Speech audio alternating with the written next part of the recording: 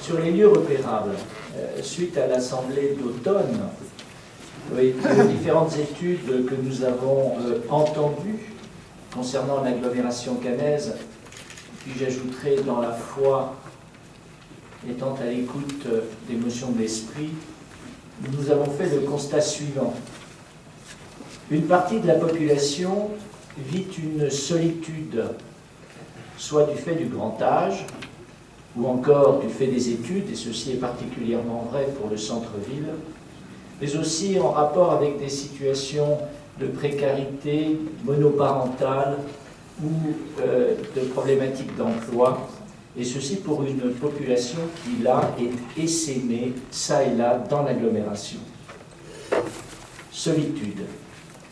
Deuxième constat, c'est que quand, et on l'avait très bien vu lors de l'explication par les urbanistes et géographes, du fait de la dissociation entre les lieux d'habitation qui se situent au-delà de l'agglomération et les lieux de travail ou d'études qui sont situés intramuros dans l'agglomération, eh bien, Caen vit durant la journée une forte concentration et une mobilité importante de population.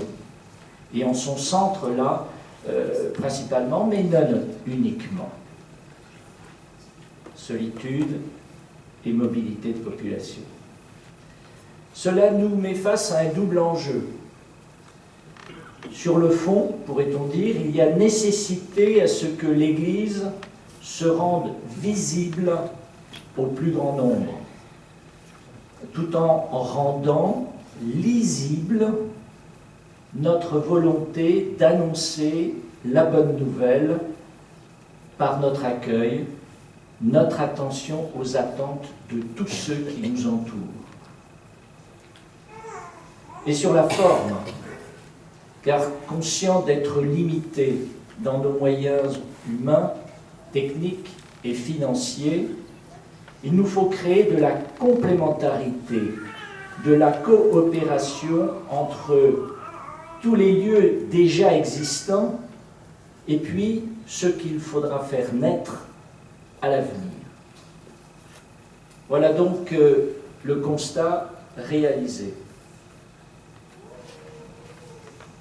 Sur la deuxième diapo, de ce fait, deux grands axes de création de lieux repérables.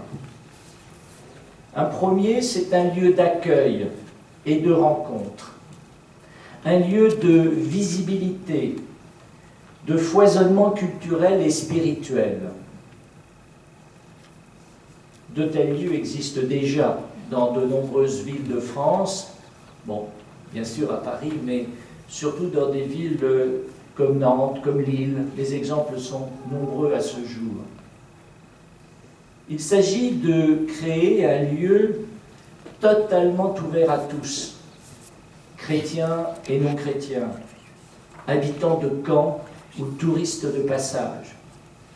En définitive, un lieu de proposition très libre, permettant cet espace indispensable à la rencontre, indispensable à l'imprévu de Dieu.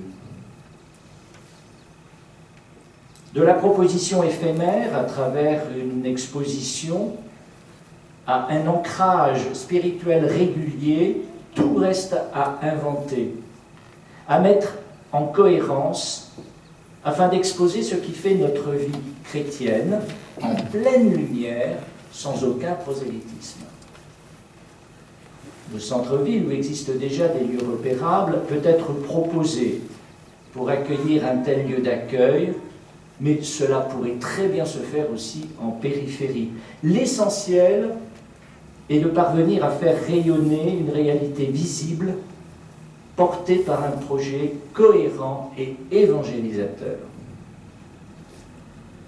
À côté de ce lieu d'accueil et de rencontre, nous proposons des lieux de ressources, lieux de proximité et d'accueil, où écoute et présence, attention et aide concrète permettent de gagner en visibilité chrétienne sur l'agglomération.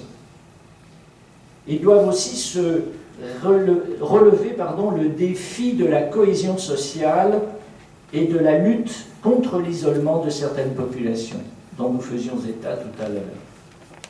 C'est en servant, en répondant aux attentes des habitants de l'agglomération, que nous pourrons dire quelque chose de notre engagement de chrétiens, de nos raisons de vivre notre foi. À des réalités variées, contrastées, il faut donc des réponses multiples, non uniformes.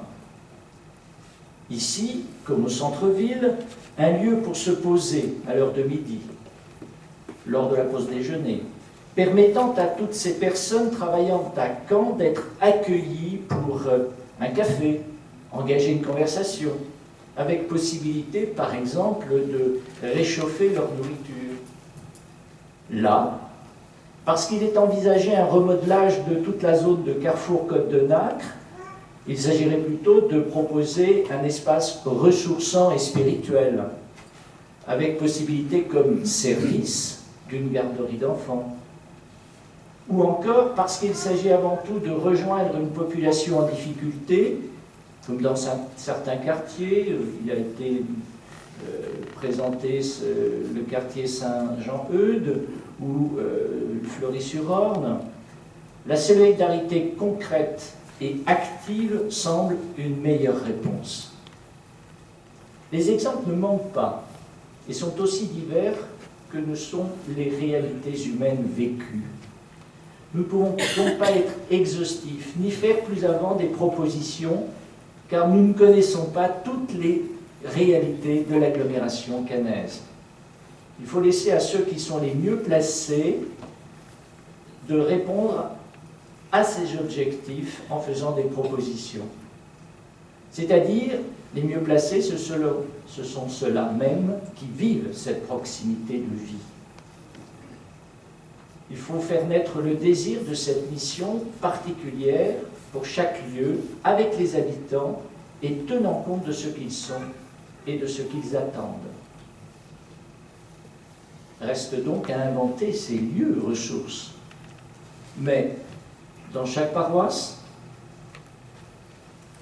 dans chaque doyenné, ou tenant compte d'autres réalités, donnant là encore cohérence au projet.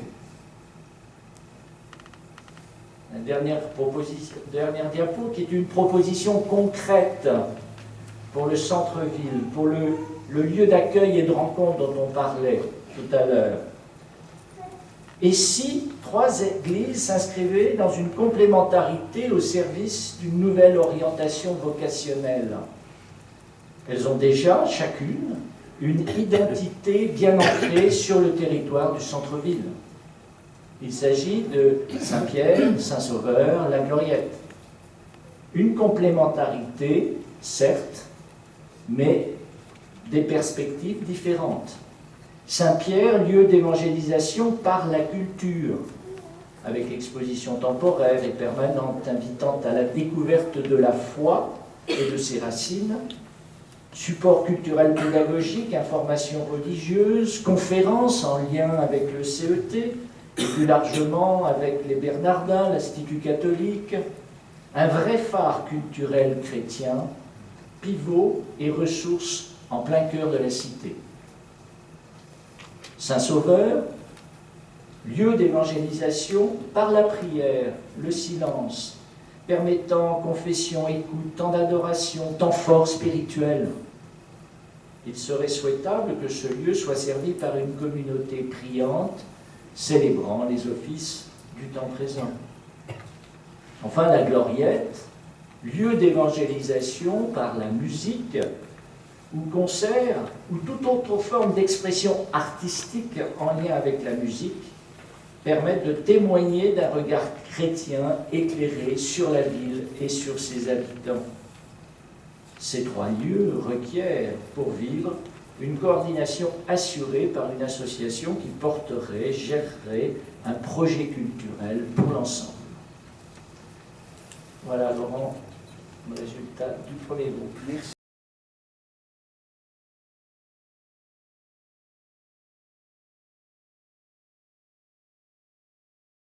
La première proposition, un lieu d'accueil et de rencontre ouvert à tous en centre-ville ou en périphérie. D'abord, on notait qu'il ne fallait pas seulement s'arrêter sur le centre-ville, mais bien être ouvert à la périphérie. Beaucoup de gens sont favorables à un lieu comme celui du centre commercial de la Côte de l'Acre, sauf une personne qui soulignait, à l'inverse, plutôt à la différence, l'importance de lieux dans les quartiers marqués par la précarité. Voilà. Donc tout le monde était aussi d'accord sur cette dimension d'être attentif aux lieux marqués par la précarité et par exemple d'offrir la présence d'un couple dans un presbytère ou d'une communauté religieuse qui permettent d'être accueillant à toute cette population. Importance d'un lieu aussi dans le centre-ville, autre que les églises, pour accueillir les passants dans la journée, café ouvert, possibilité de prendre de réchauffer son repas du midi, un lieu d'échange, de discussion, pour des gens qui n'entreraient peut-être pas spontanément dans une église. Une question sur le type d'accueil qui pourrait être fait dans ces lieux. Si on passe à la deuxième... Attends, tu veux dire quel type d'accueil? C'est ça?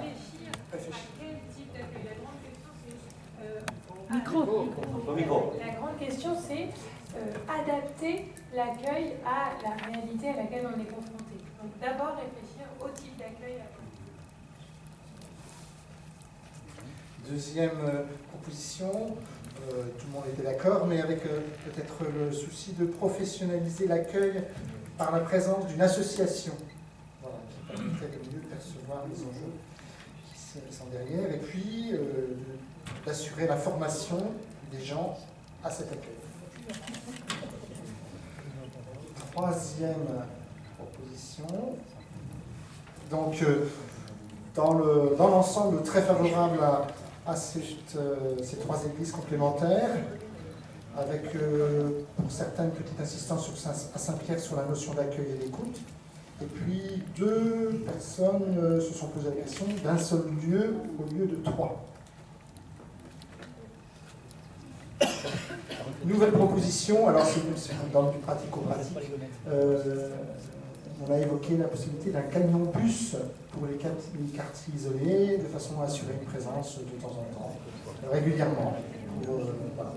Et puis une médiathèque dans un lieu qui pourrait être un presbytère aménagé pour répondre à cette présence ouverte dans les lieux de la périphérie.